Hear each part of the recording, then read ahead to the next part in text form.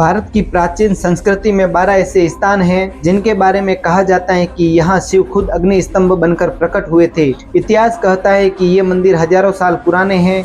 विज्ञान कहता है कि इन स्थानों पर ऊर्जा का स्तर असामान्य रूप से अधिक है और भक्त कहते हैं यहाँ आज भी महादेव की उपस्थिति महसूस होती है। आज की इस यात्रा में हम जानेंगे हर ज्योतिर्लिंग के पीछे छिपे रहस्य, चमत्कार और अनसुनी कथाएं। वीडियो शुरू करने से पहले आपसे छोटी सी गुजारिश है, अगर आप हमारे चैनल पर नए हैं तो चैनल को सब्सक्राइब करें और बेल आइकन प्रेस करें।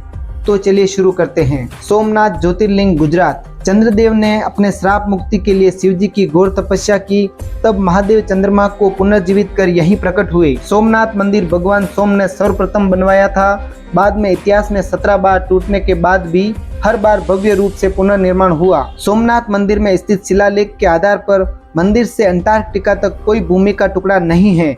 यह एक वैज्ञानिक अनोखा तथ्य है जो एक रहस्य बना हुआ है। मल्लिकार्जुन ज्योतिर्लिंग आंध्र प्रदेश। कार्तिकेय और गणेश जी के विवाह प्रसंग के बाद कार्तिकेय क्रोधित होकर यहाँ आए। शिव पार्वती भी उनके पीछे आकर यहीं आकर स्थिर हो गए। यह मंदिर चालुक्य वंश के राजाओं द्वारा कई बार विकसित किया गया।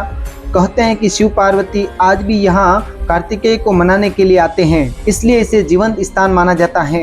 महाकालेश्वर उज्जैन मध्य प्रदेश। दुष्ट दैत्य दूषण को मारने के लिए महादेव पृथ्वी के अंदर से स्वयं स्फूर्त निकलकर प्रकट हुए थे।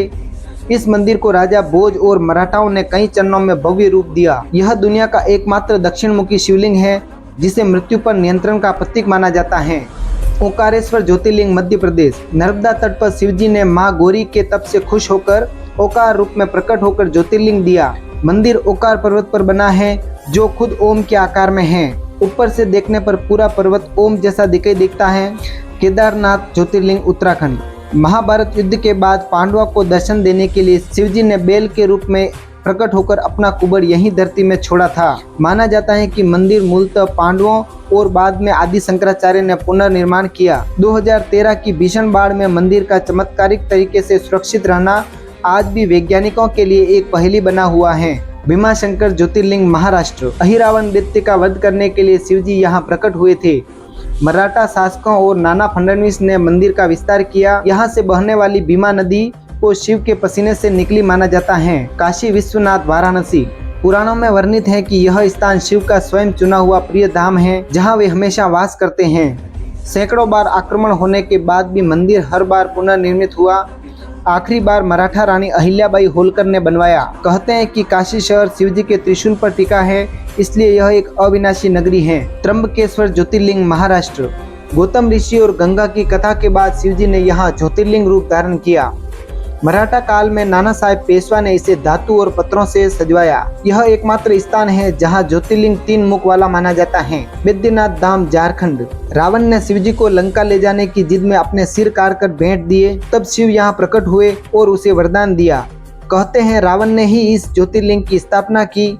यहाँ बेलपत्र और जल चढ़ाने की विधि को अत्यंत शक्तिशाली माना जाता है। नागेश्वर ज्योतिर्लिंग गुजरात। सुप्रिया नाम की भक्त को दुष्ट दारुकासुर से बचाने के लिए शिवजी ने नागेश्वर रूप में प्रकट होकर उसका उद्धार किया।